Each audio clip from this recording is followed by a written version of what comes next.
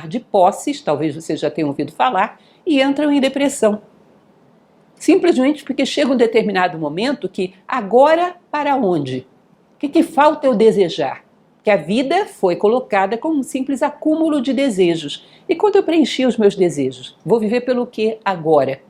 Qual vai ser o dia seguinte daquele que já tem o carro, já tem o apartamento, já fez a viagem, já trabalhou no que ele queria? A vida não pode ser só isso. A vida é algo muito maior do que isso.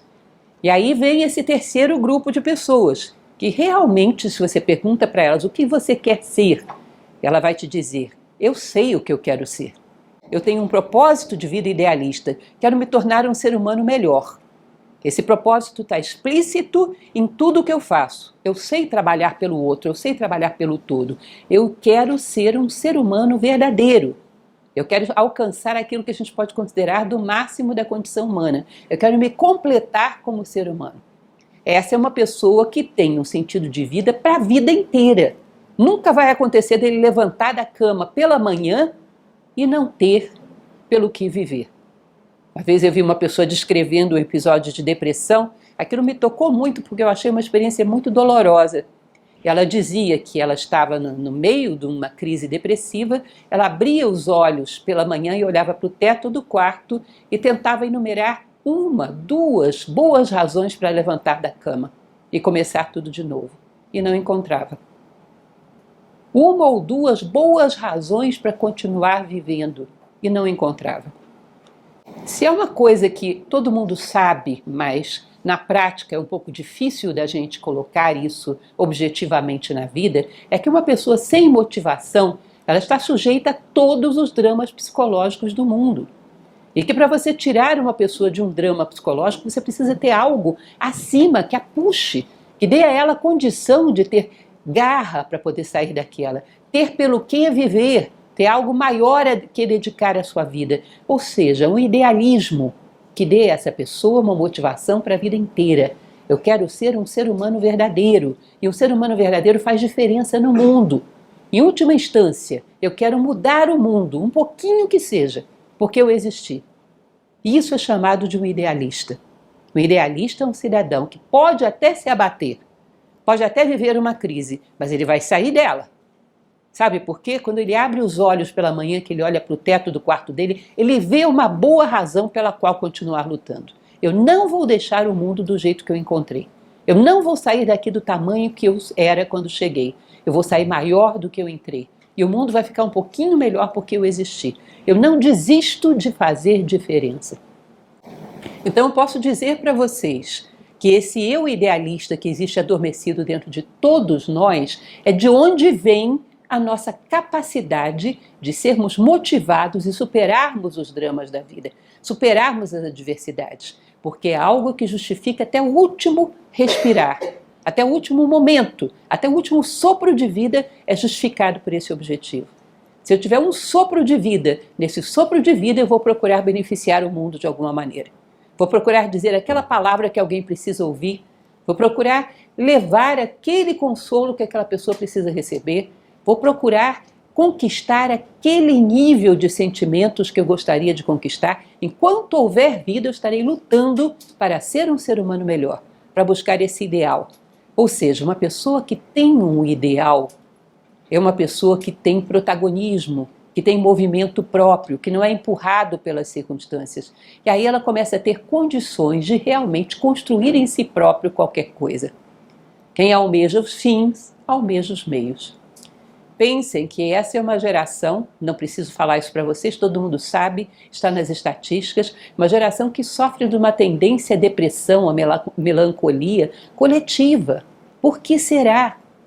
Nós estamos motivados pelo quê? Nós vivemos pelo quê? É o que nós buscamos? Tá? Então a primeira coisa que a gente teria que se perguntar sobre esse tema é: o que eu quero ser? Eu quero ser alguma coisa? Eu tenho uma meta que justifique toda a minha vida? Algo que seja real, que não seja preso a coisas, a circunstâncias, a situações, algo que dependa apenas de mim? Esse é o elemento fundamental para a gente começar a discutir quando fala desse assunto. Eu acho que se todos os seres humanos Eu sempre dou um exemplo, deixa eu dar esse exemplo para vocês, eu acho que deixa mais claro o que eu estou querendo dizer. Eu tenho aqui um vaso de flores em cima de uma mesa que tem 3 pernas. E aí eu resolvo fazer uma experiência, eu vou cortar as pernas dessa mesa. Eu corto a primeira perna, é muito provável que a mesa já trema e derrube o vaso no chão e ele se espatife. Vamos dizer que eu corto essa primeira perna e ele ainda consiga, amparado ali na parede, escorado na parede, ele ainda consiga ficar de pé. Muito inseguro, mas ainda fique. E aí eu vou e corto uma próxima perna, aí não tem jeito. Aí vai tudo para o chão e esse vaso se espatifa, não é verdade? Agora, se antes disso eu fizesse um furo aqui nesse teto, eu colocasse um daqueles ganchinhos de samambaia, de planta, bem fincado, bem preso, e colocasse ali uma correntinha, alguma coisa que prendesse esse vaso, de tal maneira que ele estaria só roçando na mesa, mas o ponto de apoio dele está lá em cima. Eu vou e corto uma perna da mesa. O que acontece com o vaso? Nada. Vou e corto 2. O que acontece com ele? Coisíssima nenhuma. Eu posso cortar todas as pernas da mesa e ele fica de pé, porque ele só roça a mesa. O ponto de apoio dele está acima. Agora parem para imaginar qual é o nosso ponto de apoio. Nós temos circunstâncias que nos prendem ao mundo, ou seja, uma profissão, amigos, uma situação financeira. Digamos que essas são as 3 pernas da minha mesa. A vida vem e corta uma dessas pernas. Eu tenho um rompimento, sei lá, um divórcio. Já é uma coisa forte na minha vida. Muita gente já desequilibra aí. Se além disso a vida vier e cortar mais uma perna, ou seja, a minha vida financeira também entra num caos, a maioria das pessoas se espatifa. A maioria das pessoas não vai conseguir estar de pé. Mas já houve na história homens que passaram por situações onde todas as pernas da mesa dele foram cortadas e permaneceram de pé. Onde é que estava o ponto de apoio dessas pessoas? Acima. Tinham um ideal. Tinham algo que eles queriam conquistar como seres humanos, queriam chegar lá. E, portanto, independente das circunstâncias materiais, eles roçam o mundo, mas não dependem do mundo. E por isso, seja lá o que for que aconteça, se mantêm de pé e saem do outro lado maiores do que entraram. Ou seja, a primeira coisa que a gente tem que considerar do ponto de vista do querer é querer ser de fato. Querer ser um ser humano completo, pleno, é a melhor coisa que podemos querer ser. Então vamos começar a discutir a partir daí. Pensar 2 possibilidades que existem quando a gente fala, você pode ser o que você quer ser? Vamos então, em primeiro lugar, trabalhar com essa ideia, dividido em 2 grupos. Podemos fazer o que queremos fazer, podemos ser o que queremos ser. Primeiro o fazer, vamos lá. Campo do fazer. No campo do fazer eu posso fazer qualquer coisa que eu queira? Não. Existem limitações. Que tipo de limitação? Mas se eu me esforçar muito, eu posso fazer qualquer coisa? Ainda assim existem limitações, que são intransponíveis algumas, complicadíssimas. Algumas dá para você se esforçar e talvez ultrapassá-las, outras não. No campo do fazer, por exemplo, você tem limitações morais. Eu não posso tomar posse daquilo que não é meu. Poder até poderia, mas as consequências são graves. Não só pela penalidade que eu sofrerei com isso, mas pela minha própria identidade que eu perco com isso. Quando eu tomo posse daquilo que não me corresponde, aquilo que não é meu, não é simplesmente um objeto que eu ganhei legitimamente. É a minha identidade que eu deixei ser arranhada. Eu me tornei uma pessoa imoral, eu me tornei um ladrão. É um preço caro demais para você ter um objeto, para ter seja lá o que for. Ou seja, no campo moral existe uma impossibilidade, você não deve fazer. Portanto, você não pode fazer tudo o que queira. Já no campo mental, eu posso ter a inteligência de um Einstein só porque eu quero? Seria bom, né? Mas não posso. Existem limitações do ponto de vista mental. Por muito que eu me esforce, que eu estude, existem limitações. Eu não posso ter a inteligência de um Einstein de uma hora para outra, nem ao longo de uma vida inteira. Há diferenças, há circunstâncias diferentes de vida, há outras possibilidades para a gente desenvolver que são muito boas, mas a inteligência do Einstein não vai dar. Que mais? Do ponto de vista emocional, eu posso ter agora a solidez de uma Agnes? Vocês já ouviram falar sobre essa senhora chamada Agnes? Uma norte-americana que se tornou um exemplo para o mundo inteiro. Ela simplesmente era uma simples dona de casa. Um dia, sua única filha e o seu netinho, uma criança, foram mortos num crime. Um crime bastante violento. E essa mulher, ela conseguiu perdoar o criminoso por esse crime, não só perdoar, como fazer questão de ajudá-lo de alguma maneira na cadeia. Conseguiu sentir compaixão por esse homem e conseguiu de alguma maneira ajudá-lo. Percebeu o drama psicológico que tinha sido a vida desse homem. Enfim, ela foi um exemplo grandioso de uma pessoa que é capaz de ir acima de uma limitação que pouquíssimos conseguiriam superar.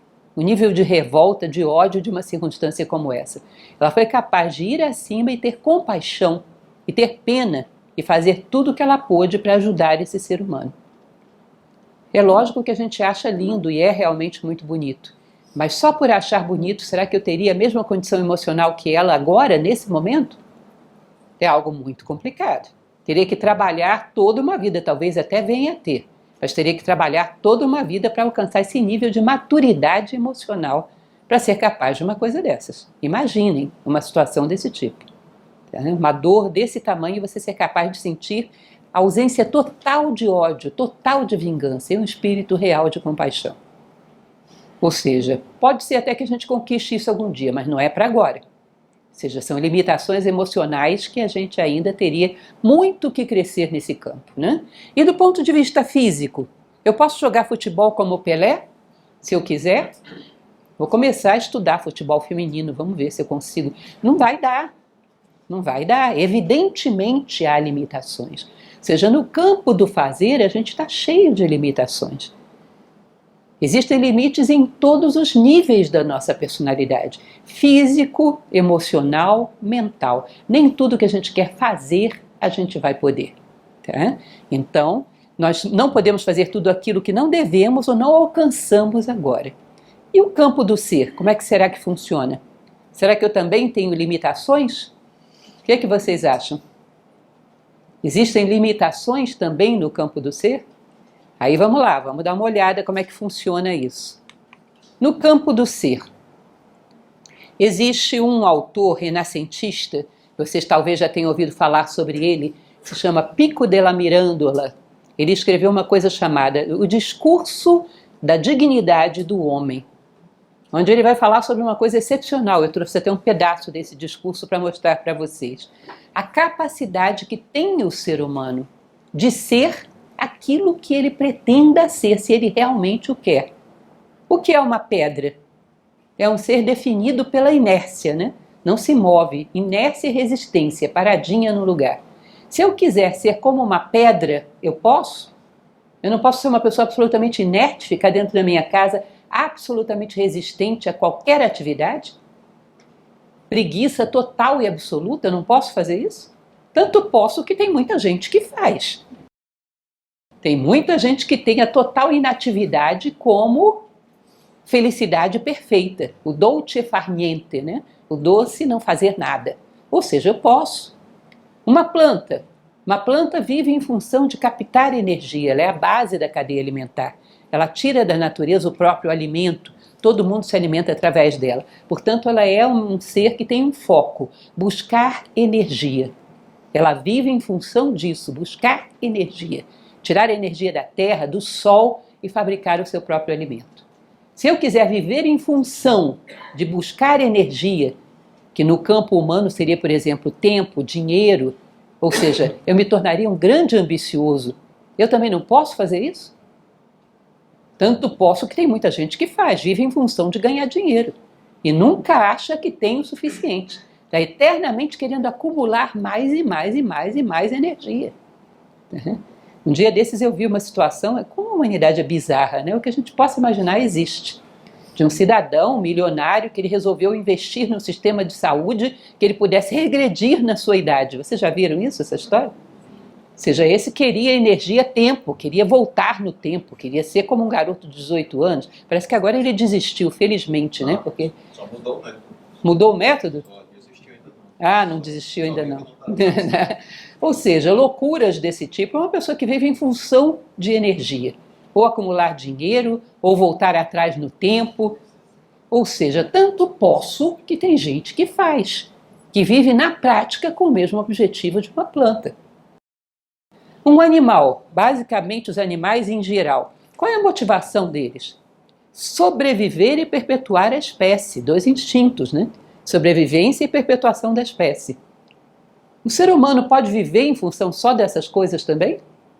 Tanto pode que tem gente abessa que vive. Você vai ver a maior parte dos objetivos, dos sonhos de vida são sobreviver com o maior conforto possível e procriar com o maior prazer possível. E se finir é o objetivo de maior parte da humanidade. É um objetivo animal, não é humano. Tá? E nós podemos. Tá? Qual é o objetivo humano? Se formos recorrer a esses clássicos que falavam sobre a condição humana, eles diziam que o objetivo do ser humano é ser um ser humano completo, com valores, virtudes e sabedoria. Se a gente quiser construir a nós mesmos como um ser com valores, virtudes e sabedoria, podemos, temos essa possibilidade. E Pico della Mirandola, ele ia mais adiante. Ele dizia que se vocês quiserem chegar à pureza dos anjos, podem chegar a um nível de pureza tal que não queira absolutamente nada de egoísta, que a sua vida seja puramente entrega, que trabalhe puramente pelo bem do todo, pelo bem do outro. Se quiser muito fazer, pode. Se você quiser chegar a um ponto tal de elevação de consciência, segundo dizem várias tradições, que você chega a se fundir com o próprio divino, dizem que até isso o ser humano pode. Ou seja, no campo do ser, o ser humano é um dos seres mais admiráveis da natureza. Ele pode tudo, contanto que ele tenha uma vontade direcionada e uma disciplina para trabalhar nessa direção. Ele pode tudo, qualquer coisa. Esse campo é tremendamente amplo, né? E é exatamente o campo onde, em geral, nós não trabalhamos. Deixamos ele de lado. Ficamos no campo do fazer, no campo do ter, no campo do ir e do voltar. Aí nós temos possibilidades grandiosas. Se você me disser um homem sensacional que chegou a um nível fora do comum, eu vou encontrar na história um para você. Um homem que chegou a um nível de correção, de integridade, de honestidade muito bom, eu vou encontrar na história um para você. Um homem que vivia feito uma pedra, não se mexia, eu vou encontrar. Nós encontramos todos esses exemplos. Embora alguns sejam mais comuns do que outros, a verdade é que a gente encontra todos esses exemplos. Já houve homens e há homens que vivem em função de algum dessas metas. Ou seja, se alguém vive é porque dá. Nós temos uma liberdade de escolha muito grande no campo do ser. O que seria a escolha ideal para nós nesse momento? Escolhermos sermos humanos de verdade. Até para ambicionar alguma coisa depois disso, a primeira coisa que você tem que escolher é ser humano.